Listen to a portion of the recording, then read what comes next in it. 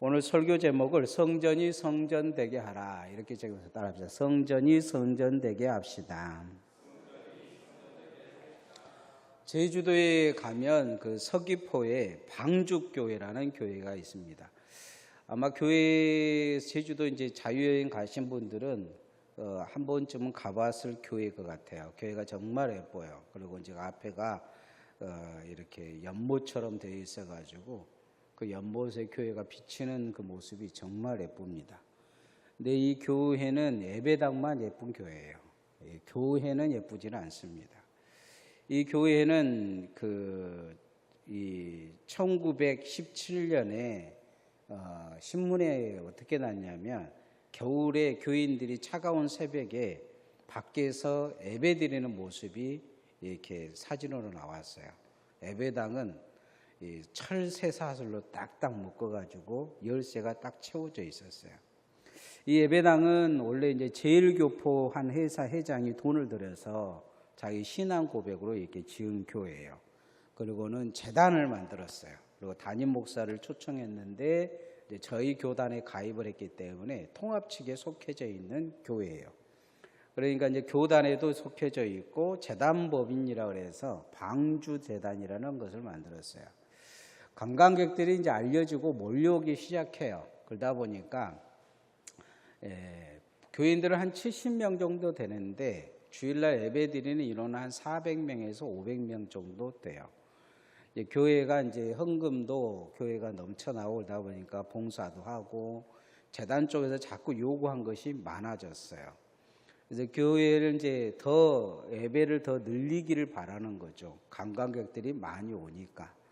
본 교인들은 70명이고 그냥 예배 드리면 되는데 예배를 이제 2부 예배를 드리는데 3부 예배로 늘리기를 원한 거예요.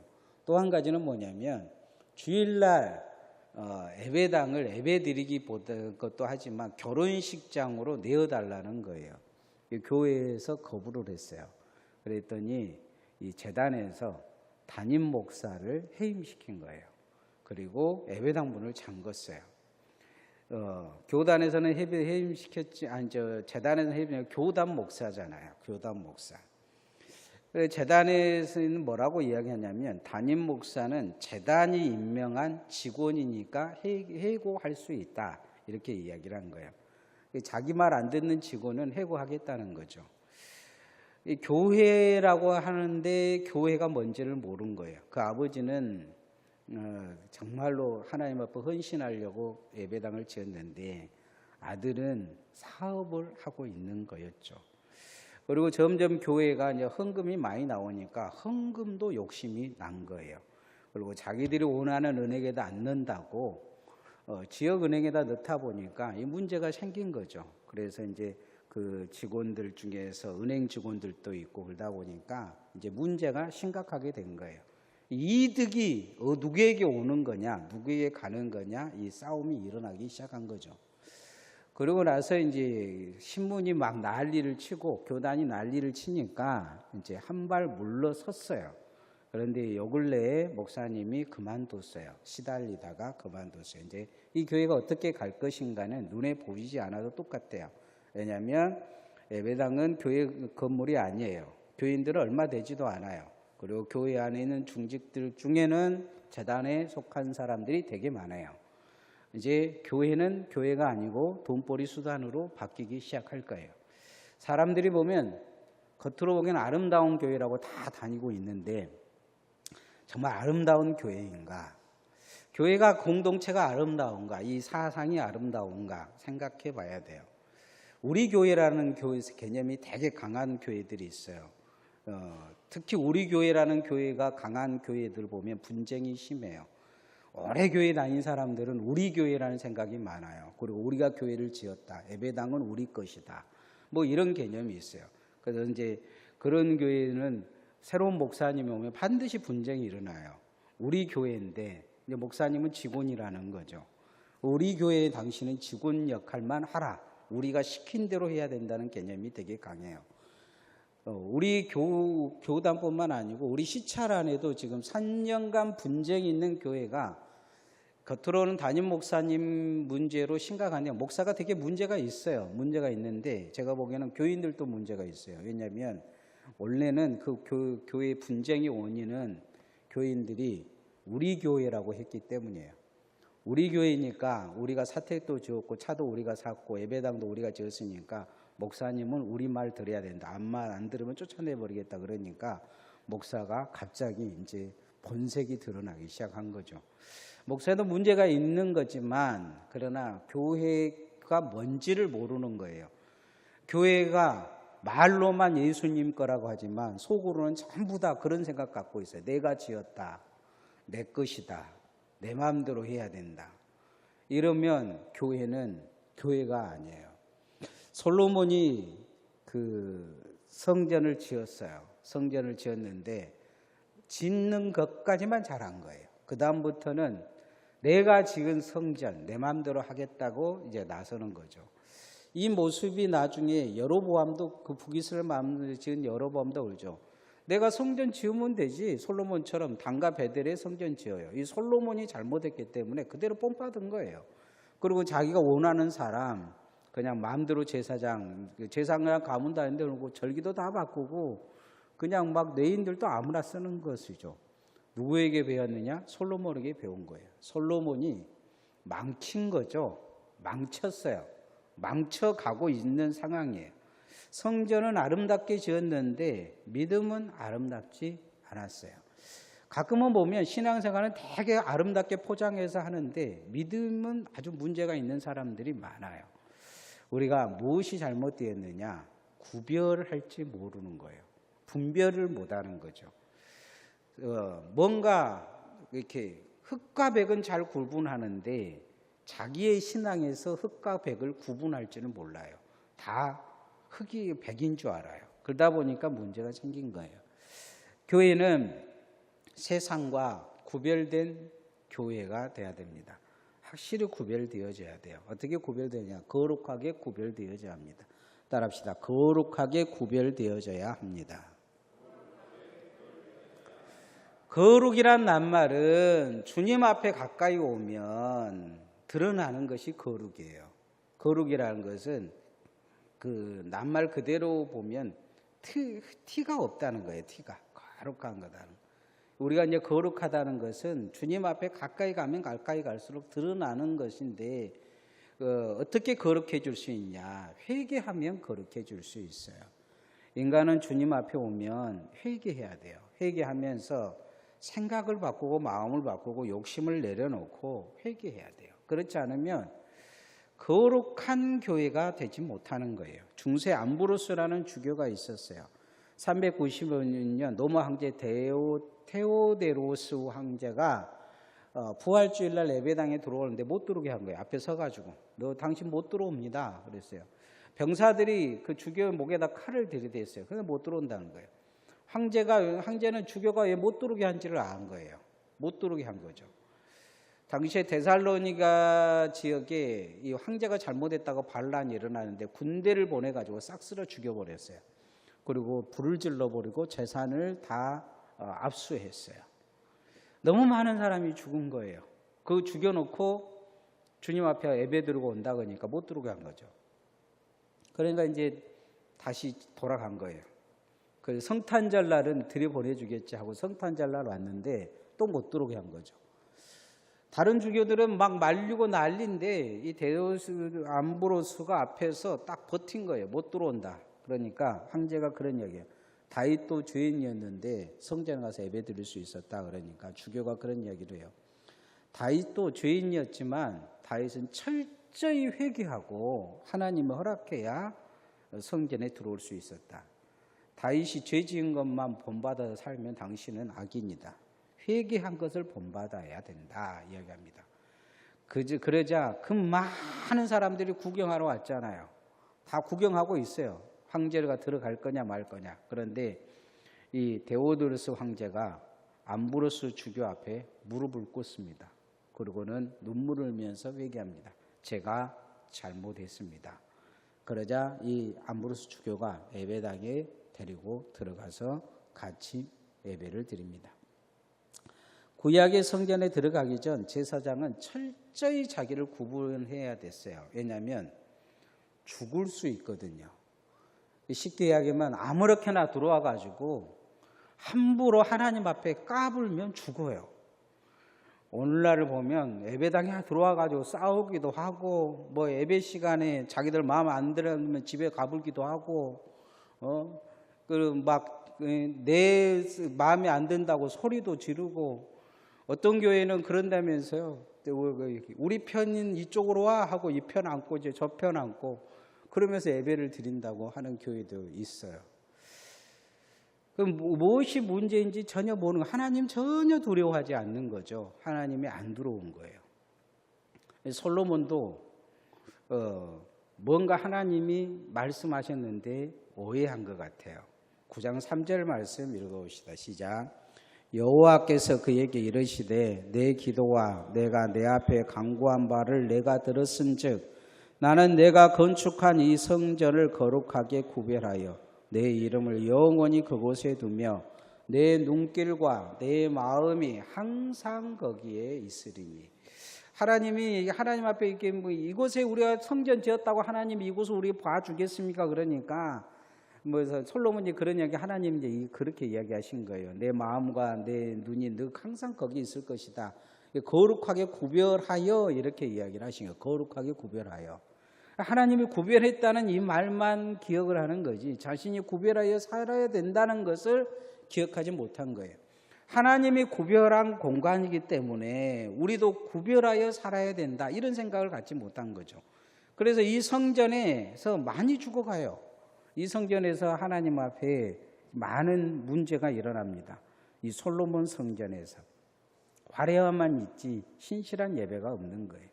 헌금은 넘쳐나는데 하나님이 이 성전에서 솔로몬에게 말씀하시지 않으셔요. 하나님 만남이 없는 거죠. 솔로몬과 다윗의 비교를 해보면 차이가 거기에서요. 다윗은 성막에서 예배 드렸거든요.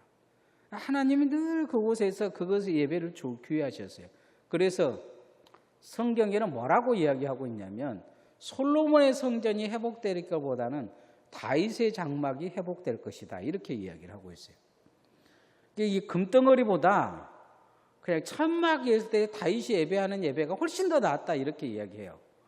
그래서 다윗의 장막이 회복될 것이다. 그래서 지금 찬양단 이름도 한 다윗의 장막 이런 이름이 있잖아요.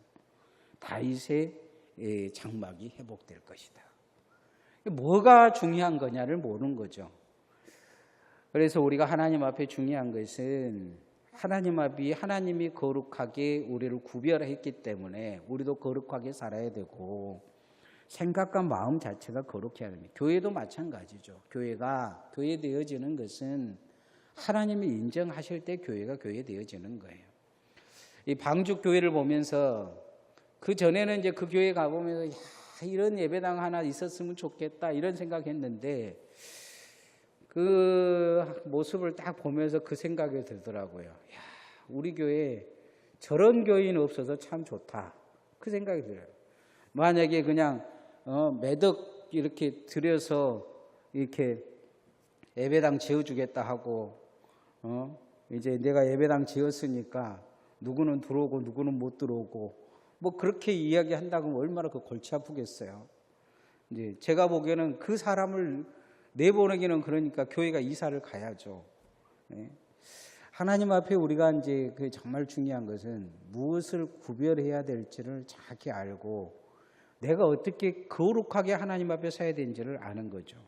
그래서 두렵고 떨림으로 늘 주님 앞에 자신을 구별할 줄 아는 성도들 되어지기를 소원합니다. 두 번째는 예배당은 예배를 위해 존재하는 것입니다. 따라합시다. 예배자의 삶을 삽시다. 예배자의 삶을 살아야 됩니다. 어느 시골 교회가 멀쩡한 예배당을 부시고 다시 예배당을 지었습니다. 그 예배당 지은 곳에 이제 오라 그래서 안 갔어요. 좀 가서 축하해 줄 마음이 별로 없었어요. 예배당 지는데 축하해 줘야 돼. 축하를 제가 못 해주냐면 그 교회 장로님 한 분이 죽기 전에 소원이 예배당 새로 짓는 거라고 해요. 그래서 제가 그 교회 한번 가봤어요. 가봤더니 예배당이 충분해요. 그냥 리모델만 해도 될 것 같아요. 그런데 이제 그 교회가 이제 돈이 있냐고 내가 물어봤더니 돈이 없는 거예요. 돈도 없는데 이제 예배당을 자꾸 건축하려고 해요. 우리 너의 두 교회가 그래갖고 또 목사님을 서로 바꿨어요. 결국 두 교회 다 지키는 했죠. 그런데 큰 교회에다가 계속 목사님들을 닥달을 해가지고 도움 편지를 쓰게 한 거예요. 뭐 영락교회, 먼 교회 해가지고 결국은 그렇게 해서 예배당을 한 큰 교회가 하다 편지를 쓰니까 지원해서 예배당을 지어줬어요. 힘들게 해서 예배당이 지었죠. 교역자가 그 예배당 때문에 두세 번 만나고 바뀌고 교인들은 다 떠나고 결국은 몇몇 사람들이 남아서 예배당을 지은 거예요. 그 예배당 지었다는 이야기를 듣고 이제 공고가 올라오고 편지도 올라오고 사진도 올라와서 되게 쓸쓸했어요. 뭐하러 예배당 지으려고 저렇게 난리를 칠까? 예배당보다는 정말 교회다운 교회를 만들려고 몸부림을 쳤으면 좀 나았을 것인데 그 생각이 들었어요. 예배당 잘 지으면 하나님이 좋아할 거라고 생각한 거죠. 예배당 짓고 망한 교회가 얼마나 많습니까? 한국 교회 예배당 짓고 안 망한 교회가 거의 찾아보기 힘들 정도로 예배당 지금 지으면 다 망해요. 예배당 지으면 돈 때문에 망한 게 아니고 서로 싸워서 망해요. 예배자로 살지도 않으면서 예배당 타령하고 있는 거죠. 그래서 새로 지은 예배당을 보면서 사람들이 야, 건물만 이쁘다 이럴 수 있다는 거죠. 솔로몬은 성전을 금으로 지어놓고 예배자로 살았을까요? 그 예배 날마다 예배하러 왔을까요? 그렇지 않았어요. 그거 짓자마자 이 여자들을 많이 얻어가지고 그들이 세워달라고 하는 우상 재단을 세웠어요. 그리고 우상 선전을 지은 거죠. 그렇지 못한 거죠. 오늘 하나님이 우려하시는 내용이 나와요. 9장 6절 말씀 읽어봅시다. 시작. 만일 너희와 너희 자손이 아주 돌아서서 나를 따르지 아니하며 내가 너희 앞에 둔 나의 계명과 법도를 지키지 아니하고 가서 다른 신을 섬겨 그것을 경배하면. 하나님이 이렇게 말씀하시면서 버려버리겠다 이야기하시는데 결국 이렇게 돼요. 예배당을 지어놓고 성전 지어놓고 결국 성전 등한시하고 우상 숭배함을 통해 나라가 솔로몬 죽자마자 두 쪽으로 나눕니다. 전북에 가면 기억자 교회라고 있어요. 금산교회라고 있습니다. 금산교회 가보면 당예록이 한 100년 이상 당예록이 그대로 남아있어요. 남아있는 이유가 있습니다. 대부분의 6.25 때 불질러 버렸어요. 교회도 불질러서 교회가 거의 없습니다. 그런데 이 교회는 그 교회 안에도 빨갱이들이 있었어요. 반고무자도 있었고. 그리고 이제 북한이 쳐들어 내려와고 지배했을 때 그 내놔라 그랬을 때 이 반공 세력들을 빨갱이 세력들이 숨겨줬어요. 그리고는 그것을 다 교회 것은 지킨 거죠. 다시 또 국군이 쳐들어왔어요. 그것도 지배를 해요. 빨갱이 교인들 내놔라 그러니까 이 밖에서는 알잖아요. 그런데 교인들이 자기들이 증언한다고 하면서 교인들을 보호해요. 그리고 그 당예록이나 재직회의나 이런 것들을 다 보호해요. 그래서 이 다른 교회, 다른 지역들은 보면 누가 들어오든지 교회를 초토화가 됐어요. 빨갱이 세력이 들어와도 그러고 반공 세력이 들어와도 그러고 그리고 서로 이름이 거기 다 들어있기 때문에 그 누구 이름 적어져 있잖아요. 뭐 이렇게 쭉 뭐 진성강 장로가 뭐라고 이야기했다. 거기는 옛날에는 이제 그런 내용이 들어있어요. 한 주 안 나오면 출교한다. 그다음에 뭐 자식을 결혼을 딴 사람한테 시켰으면 뭐 반년간 성찬을 수찬 정지한다. 뭐 이런 내용이 다 들어있단 말이죠. 그래서 여기만 보면 대충 알아요. 교인이 누군지. 근데 그걸 감춘 거예요. 땅에다가. 사상이 지배 못한 거죠. 믿음이 사상을 지배한 거예요. 그래서 지금 전국에 있는 교회 중에서 거의 다 불탈버렸는데 그 교회만 유일하게 남아서 그 교회 예배당이 지금 기역자 교회로 국가문화재가 되어 있는 거죠. 그곳에서 가끔 예배도 드리고 그런 걸 보면 그 참 대단한 교회라고 생각이 됩니다. 무엇이 중요한가? 예배가 중요한 거죠. 예배 하나님 앞에 나오면 사상이고 뭐고 다 내려놓고 예배하는 자들이 돼야 돼요. 한국 교회 지금 가장 큰 문제는 뭐냐면 진보와 보수로 나눠와 가지고 교회도 싸워요. 교회도 목사들도 나가서 싸웁니다. 무슨 예배하면서 무슨 대통령 이야기하고 무슨 그 대통령 누구 뽑아달라고 막 기도회를 하지를 않는가 하면 그 이상하다는 생각을 안 하는 거예요. 그 예배가 아니잖아요. 그 우상 숭배예요. 우상 숭배란 생각을 하지는 않아요. 정치에 미친 거죠. 정치를 하나님보다 더 크게 여기는 거예요. 그래서 정치를 가지고 예배를 하는 거지 하나님을 예배하는 게 아니잖아요. 그런 생각을 사람들이 하지 않아요. 그리고 교회 와가지고 자꾸 정치 이야기 하라고 해요. 물론 목사는 혼목사도 정치 이야기 하긴 하지만 중요한 것은 예배가 중요한 거예요. 예배 드리러 온 거예요. 예배 드리러. 교회 어떤 교회는 매주마다 싸움하러 교회 간다는 교회도 있어요. 우리 교회는 그런 면에서는 참 은혜로운 교회죠. 예배가 나의 중심축이 되게 살아야 합니다. 성전이 중요한 건 예배 드리기 위한 공간이에요. 보이기 위한 것보다 예배 드리는 공간이 되어야 합니다. 그래서 예배가 중심이 되는 성도들 되어지시기를 소원합니다. 마지막으로 성전보다 크신 하나님이 보여야 합니다. 따라합시다. 성전보다 큰 하나님을 봅시다. 한국으로 여행 온 유럽 여행들이 서울 야경에 남산 올라가면서 그런 이야기를 하더라는 거예요. 남산 올라가니까 저녁에 보니까 이게 십자가가 가득하다는 거예요. 그러면서 야 무덤 같다 그러더라는 거죠. 왜 무덤 같다 그러냐면 이 유럽에 가보면 예배당에는 무덤밖에 없어요. 십자가가 질비해요. 어디를 가든지 예배당에는 십자가 가득합니다. 십자가가 없는 성당 안에 들어가 보면 안에가 무덤이 많아요. 예배당 안에 이렇게 우리로 보면 이 벽 쪽에 계속 예배당 뭐가 있어요. 예배당 지은 사람 뭐 유명한 주교 뭐 이렇게 쭉 있어요. 그거 없으면 지하를 파갖고 지하에도 예배당이 있어요. 그래서 예배당이 아니고 무덤이 되어져 있는 거죠. 이탈리아가 피렌체에 가보면 돈이 제일 많이 비싼 성당이 있어요. 그 성당이 메디치 가문이 세운 산 로렌초 성당이라는 성당입니다. 이 성당에는 메디치가의 무덤으로 쓰이고 있어요. 미켈란젤로가 이 성당을 설계했고 조각본 작품과 그림들이 비싼 그림들이 가득해요. 그런데 그곳에는 아무나 못 들어가요. 메디치 가문 사람들만 들어가요. 무덤이기 때문에. 각 나라들마다 예배당 되게 자랑하는 예배당들이 있는데 가보면 다 무덤이에요.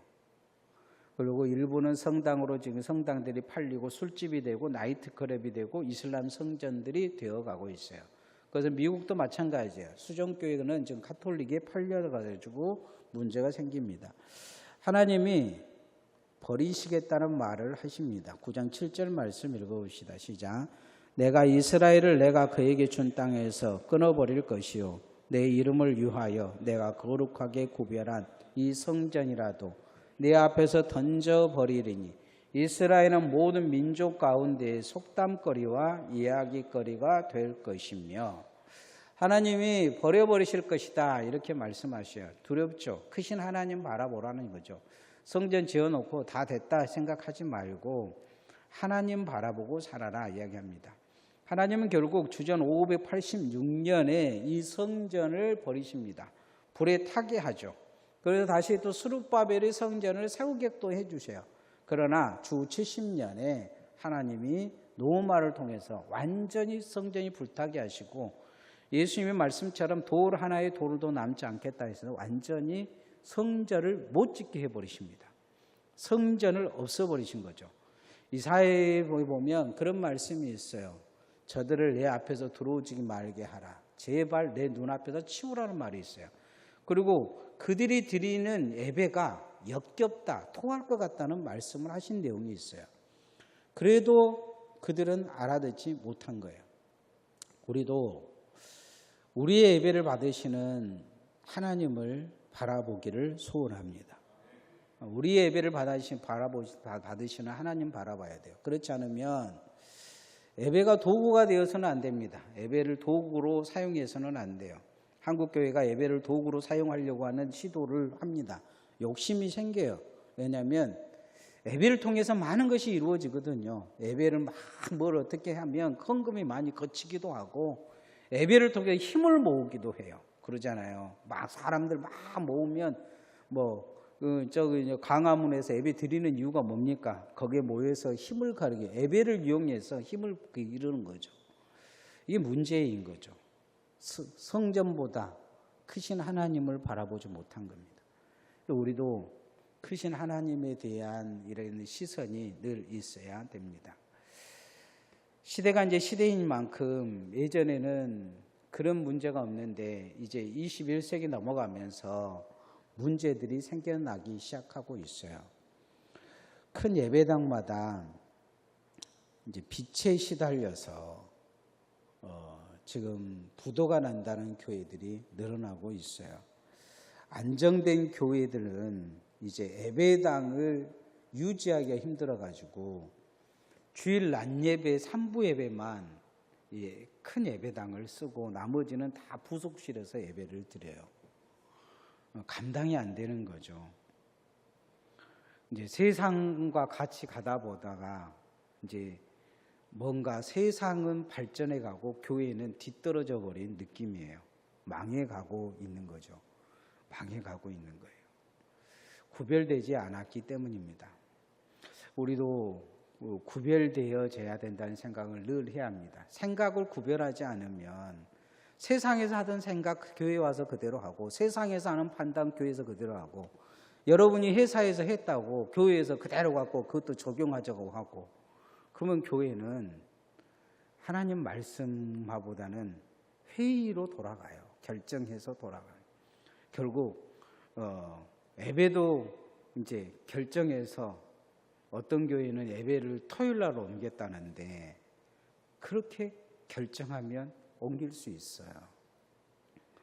뭐가 뭔지 이제 분간이 안 된 시대로 가버릴 수 있어요. 그래서 철저히 구별된 교회가 되기 위해 애를 써야 합니다. 무엇보다도 예배자로 살아야 합니다. 예배자가 되기 위해 애를 써야 돼요. 이제 여러분이 막 신앙생활 하다 보면 뜨거운 어쩌고 저쩌고 막 그러는데 우리 어렸을 때는 그런 거 없었어요. 그냥 주님 앞에 예배 드렸어요. 제 기억으로는 이렇게 시원한 예배당이 아니었어요. 선풍기 위에서 덜덜덜덜덜 돌아가고 우리 전도사님은 설교 이렇게 보면서 처음부터 끝까지 읽으셔요. 제가 듣기로는 뭔 말씀인지 잘 몰라요. 그런데 모두 다 예배를 드리셨어요. 모든 예배를 그렇게 그냥 예배 드리신 거예요. 하나님 앞에 예배 드린 거죠. 은혜가 되니 안 되니 그건 둘째 문제고 예배 드리기 위해서 온 거지. 예배 드리기 위해서. 성전보다 크신 하나님. 우리는 하나님 보고 가는 것이지 누구 보고 가는 게 아니에요. 큰 하나님이 계셔요.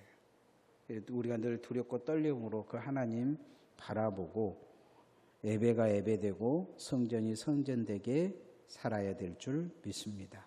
이 시간에 기도하십시다.